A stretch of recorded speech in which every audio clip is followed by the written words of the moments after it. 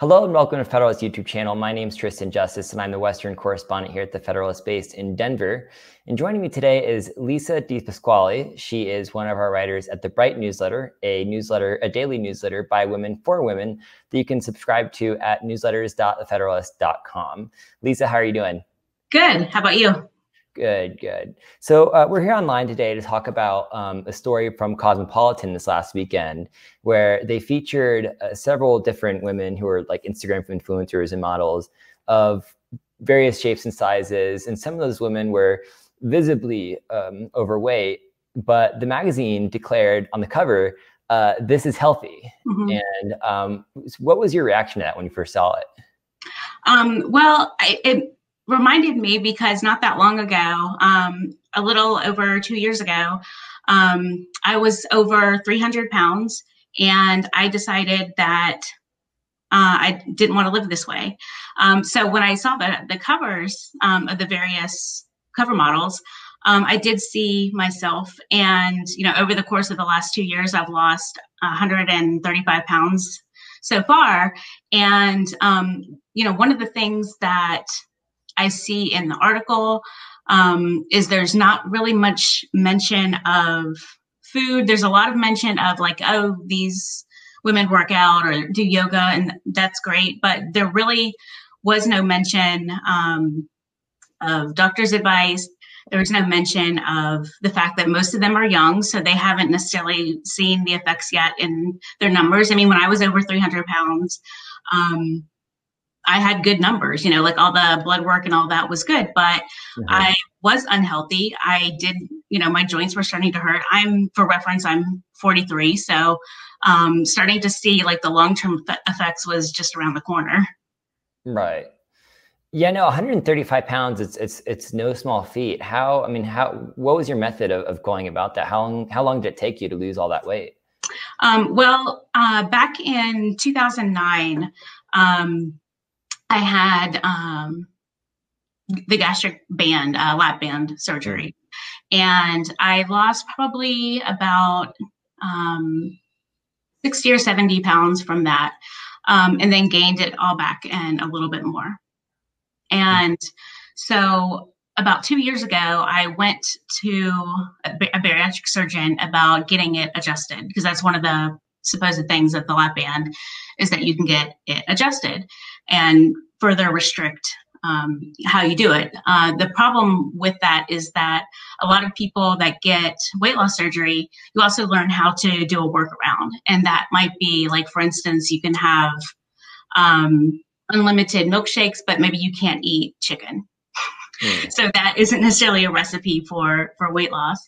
And so when I was there, at the bariatric surgeon, basically I found out that they don't do the lap band anymore because so many people gain their weight back. And that's when I started having a discussion with him about gastric bypass. And so in October of 2018, I got gastric bypass. That's where they remove about 2/3 of your stomach and a lot of your small intestines. And since then, that's when I've lost the majority of that weight. But, just like anything else, there's also workarounds. And, so far I've continued to go on a downward trajectory and haven't had, the quarantine regained like so many people do. And that's not how I sort of got into the community, is by watching videos on YouTube. And right now there's like a ton of people talking about regain. And a lot of that is because of the disruption of, their schedule. And in reading, the Cosmo article, there's a lot of that same, sort of thing where people find this community that's accepting, who they are. And it feels good. I mean, I've been a conservative, for a very long time. I've been, on TV, on radio. And actually the first time I had surgery, one of the reasons was because at the time I was the director of CPAC, and I had hosted CPAC with Rush Limbaugh, and both of us were on stage at the same time and both wearing very similar clothes. and I noticed we looked exactly the same size. And coincidentally, Rush actually lost weight after that speech as well. I think he lost, I want to say like 90 pounds. So he did better than me. But yeah, I mean, so often I would hear from, readers or people on TV about, my weight, and, a majority of it was from conservatives, from people that, agree with me. And, I think one of the things that isn't addressed in the article is a lot of people search out this community because they don't think they deserve to be healthy. They don't think they deserve to be, happy. Not that everyone who's thin is happy, but they don't necessarily think they deserve to, have this type of lifestyle. I know Ben has had Michael Malice on his show before, and at the beginning of 2020, I did Michael Malice's show, and there's another person on there named Ethan Suplee, who's an actor, and he's been in the movie about T.C. Williams High School, the one that's like not that far from here. He was in My Name is Earl, and he's lost, I think, over 200 pounds. And he has communicated the same sort of thing. Is like, the reason why you search for this other community is because you don't think you deserve what the happiness or healthiness that other people have.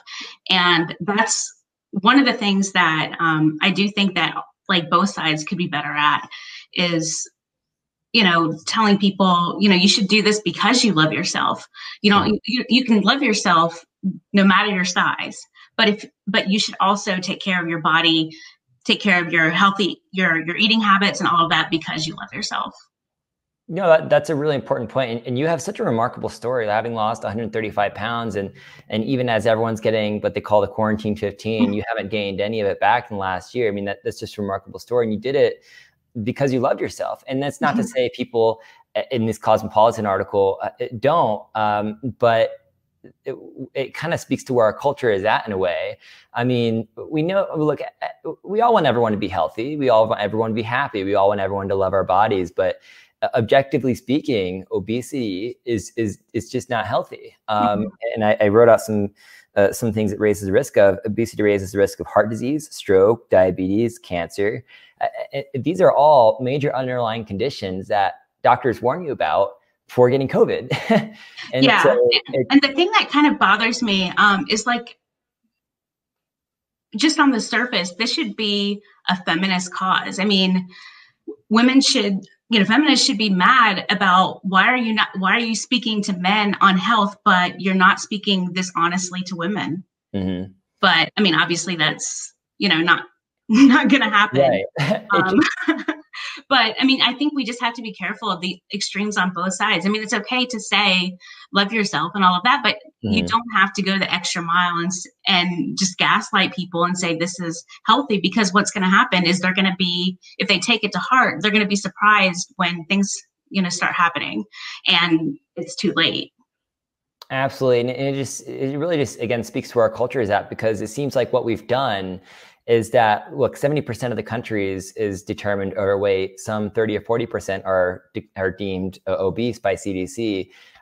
Because majority of the country is overweight, we've conflated promoting healthy lifestyles and healthy living with body shaming. And we know how traumatic body shaming can be. And it's clearly led to this kind of backlash where we've just kind of accepted that our society is obese, and it's just having detrimental impacts on our public health. And it's really bearing fruit in this pandemic, where 350,000 Americans have died in the last 12 months from this virus, which some doctors I've spoken to said would be a lot lower if our country was just at a healthier weight.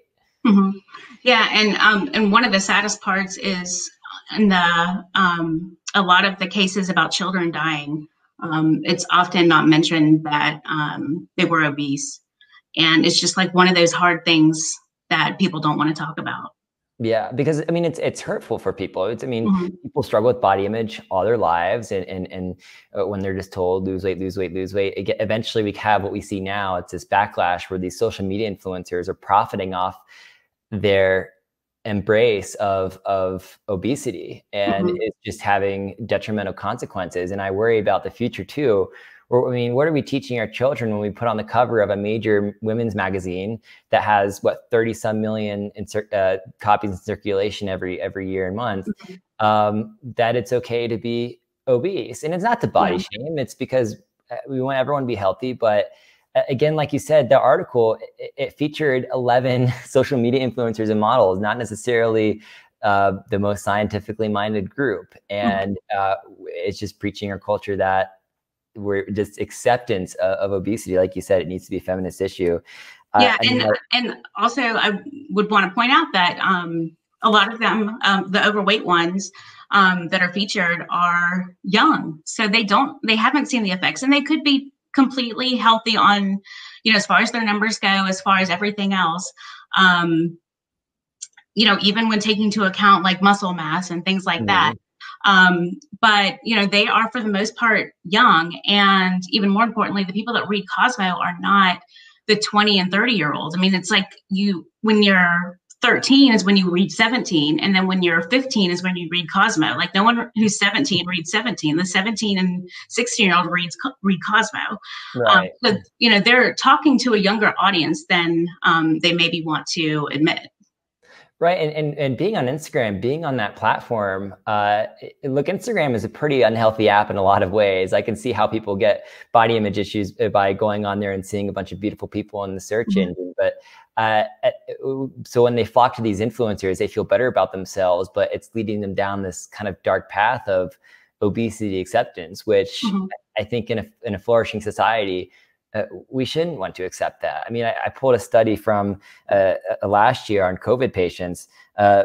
Overweight patients who were infected with COVID were 113% more likely to be in the hospital, 70% more likely to be in the ICU, and 48% more likely to die. And it's really just a tragedy of our culture. Yeah, and it's not COVID, specific. I mean, it's because there are other issues with your body not being able to function, your lungs not having the room to breathe, your heart having to work, overtime and things like that. When COVID goes away, this problem doesn't go away. Exactly. Do you, so I don't know how long you were overweight for, but do you my still entire feel, life? Okay. Do you feel well, I always say, except for the day I was born, because I was actually a month premature. But do you feel any long-term effects from the time that you were overweight? I think some of the issues, like I've had, I tore my ACL when I was in high school. So that, I don't know if it was because I was overweight at the time, but that's always going to be a problem that I have regardless. And obviously being over 300 pounds, made it worse. I think that, especially at my age, being in my 40s and being overweight for so long, I'm always going to have skin issues, loose skin, unless I, have to get, plastic surgery or corrective surgery for that. I mean, that's another reason, not to wait, because it is a hindrance in some ways with exercise and things like that. And that's just sort of like one of those problems that's going to get worse. Right. As far as, other issues, it's hard to say.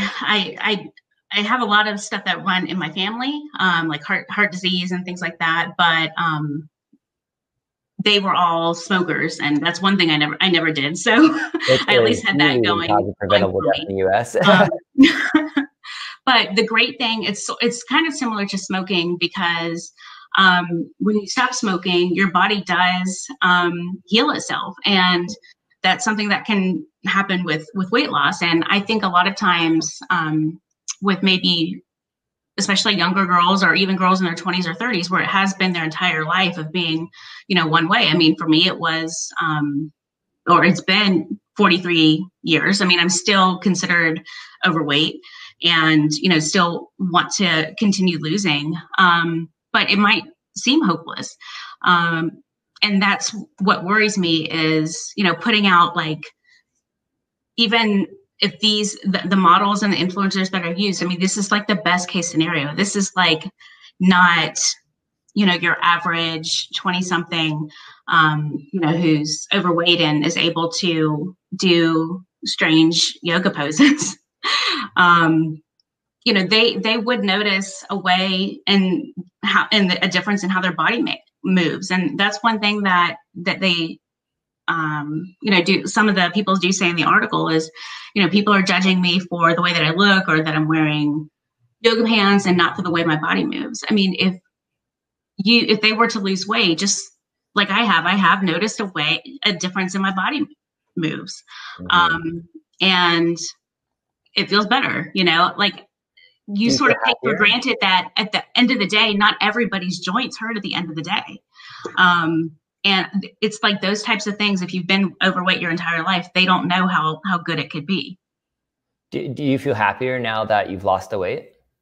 Yeah, I mean, I think my outlook on life definitely has improved. And that's why I say a lot of times, I would talk to someone with a lot more compassion, than I think some of the haters do, right. Just because I think there is that viewpoint that people just think that life is not attainable, or a healthy life is not attainable to them because it's something hard. And, that's another thing that also might be generational, is that it's okay if things are hard. It's not easy for anyone. Even having surgery, it's not, easy for me.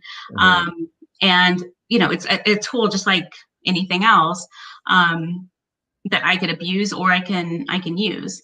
Certainly I've abused it before, in that this is, my second surgery. But yeah, I just, I definitely think that you took the right tone with your article. But a lot of the other chatter that I've seen, I just feel like isn't coming at it with compassion. I think definitely go at Cosmo as much as you want, but as far as like the individuals, the readers, because the last thing you want them to do is just say, well, see, they're just going to make fun of me no matter what. And I think it just feeds into that negative viewpoint about people, about life, about anything. I mean, I just feel like when you look at the Cosmo article and you just immediately begin fat shaming the people on it, I think you really play into their narrative and you really prove their point. I mean, like you said, oh, they're just going to fat shame me anyway. I watch a lot of, you're gonna make fun of me. I like that show, My 600 Pound Life on TLC. I just think it's an interesting show. It really changed my perspective and how much obesity is a disease. I mean, it's really a disease. And if we start treating it like that, we can change our approach to it and amplify better lifestyles without fat shaming people into depression. Because I think, that depression triggers this tone that we're seeing now, where they're so fed up with dealing with these issues all their lives that now they say, screw it, let's accept it and be aggressive about it. And it's killing our country. Our military readiness isn't where it needs to be. It's actually been labeled a national security risk. And of course, we're seeing that play out with COVID now. Yeah. And also in the article, there's lots of stories about women, saying that as proof that they're healthy, they go to the gym, and, oftentimes people say things to them at the gym. I just don't, in my experience, I don't think that happens very much. And they're using like this one instance to sort of scare people almost into going to the gym. You will never find anyone more friendly and helpful at a gym than a meathead. They are encouraging each other. They'll encourage you. I've had tons of people encourage me. And, there was something else you said that I wanted to touch on, and now it just escaped me. I really like the point that you just made about the gym culture, because it is really intimidating to walk into the gym at first. You think everyone might be staring at you. I mean, it's an intimidating place. And so, I'll give you an example of my own story. In October, I started CrossFit. I'm not the biggest guy, of course. And so I was pretty intimidated walking in and all these meatheads doing these like crazy workouts, and it's still intimidating, but everyone is so, I've never encountered a comment about being too small, or I've never seen someone be made fun of for being too big. Everyone's always so helpful and everyone's cheering each other on because it's a group fitness class. I mean, there's just that camaraderie there too. But I think you're right. I think there's a big misconception about gym culture. And I don't doubt that there's been some snide, gross comments issued here and there, but categorically speaking, I just think there's such a big misconception about the whole fitness world. Mm-hmm. Yeah, and I don't like that so much of that is a focus of the article about mean comments that they've heard, because I think it just encourages people to, you know, further go into this niche community of, you know, healthy at any size. And there's been a lot of talk about that, and, you know, that they've separated, you know, loving your body or loving yourself from being healthy is, I think, probably the biggest, you know, detriment to women and men.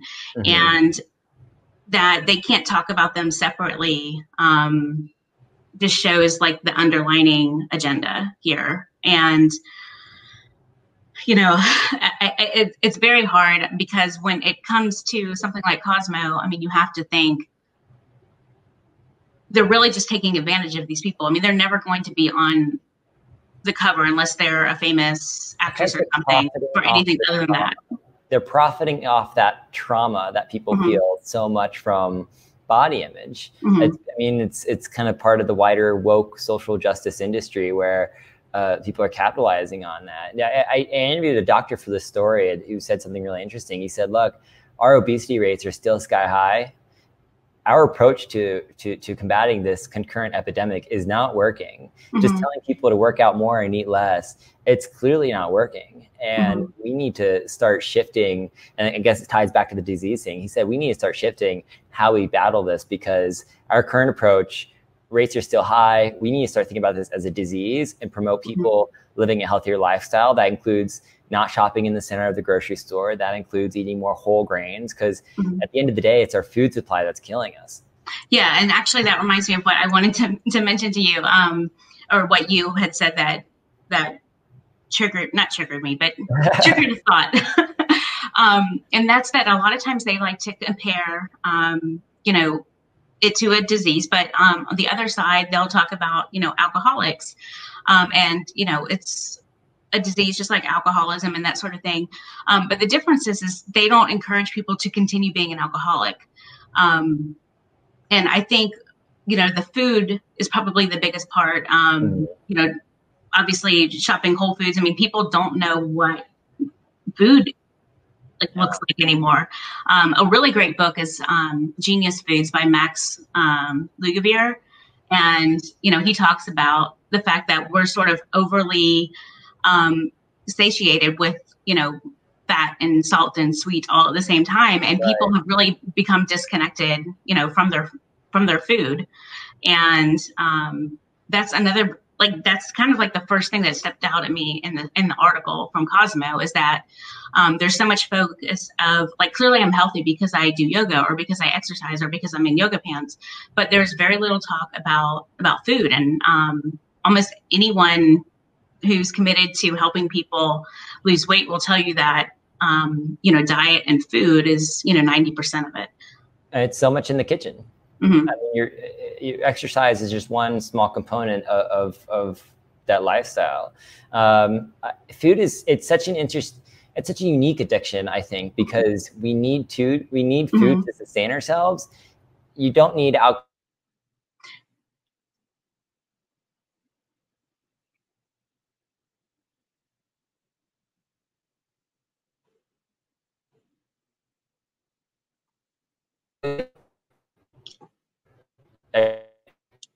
You're going in and out. I don't know if you can still see me.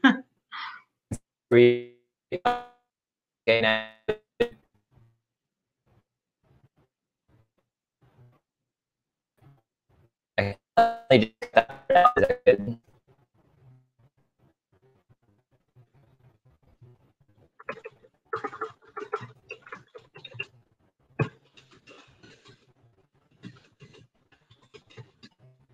I can do fine on the keyboard. No,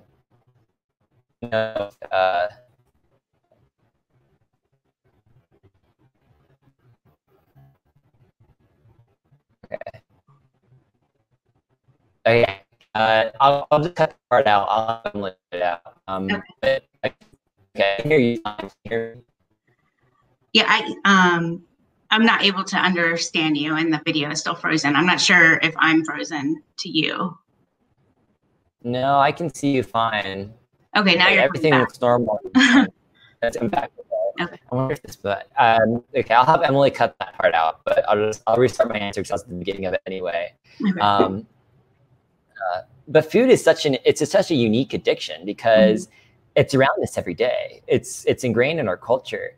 Things like alcohol and different types of drugs you don't need every day. And so it's just choosing the right foods, which is, of course, a challenge for people because we've grown up with processed foods. And so I just think that compounds the complexity of this ongoing crisis.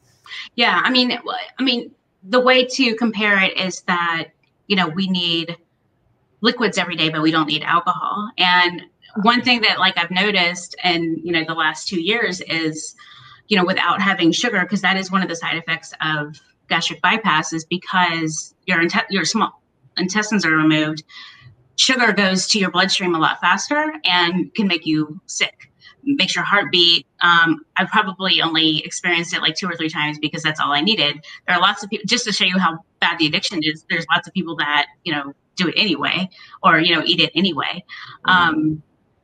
But how my taste buds have changed is, in the evening, sometimes I'll have almond milk, chocolate milk, and I mix 100% cocoa unsweetened. And it just tastes like hot chocolate to me, and it has no sugar. I might try that That's now. because my taste buds are previously so accustomed to overly sweet, and now I just taste chocolate. I don't taste sugar. Well, your palate changes, right? I remember when I started really getting into focusing when I was eating, things like fruit tasted so much sweeter to me after just a few months. And so now that I've just cut out so much added sugars, which I found out that my almond milk was a little bit high in sugar this morning, actually. So I've got to change my almond milk at the store. But your taste buds just begin to, things just taste sweeter that don't even have any sugar in them because you're not accustomed to the high amount. It's almost like a sugar tolerance, right? It's like when you build up your tolerance to alcohol and you need more to get drunk. It's kind of the similar effect from my and in a lot of ways it's an American phenomenon, because one of the things that Europeans say about American candy versus European candy, if you've ever had it, is it's so much sweeter. Cadbury, that makes American chocolate, they like the dairy milk and that type of stuff that they make in England is so much different. It doesn't have the sugar, and that's just because we've become so accustomed to it. Penn Jillette, of Penn and Teller, he's lost about 100 pounds, and he talked about it in his book where basically it's just about cutting your calories regardless. And for him, I think he did 6 weeks of only potatoes. And so after 6 weeks of just potatoes, he had corn, and he said it was like eating candy, literally like eating candy, going from potatoes to corn. But candy corn is gross. We can agree on that. I'm kind of team candy corn. Although I haven't had it in a while, so who knows, maybe my palates have changed. Fair. Well, anyway, that about wraps up my questions. Was there anything else you want to add on this topic before we wrapped up? Well, one thing, if the viewers haven't seen it, Greg Gutfeld did a video a couple years ago for Prager University about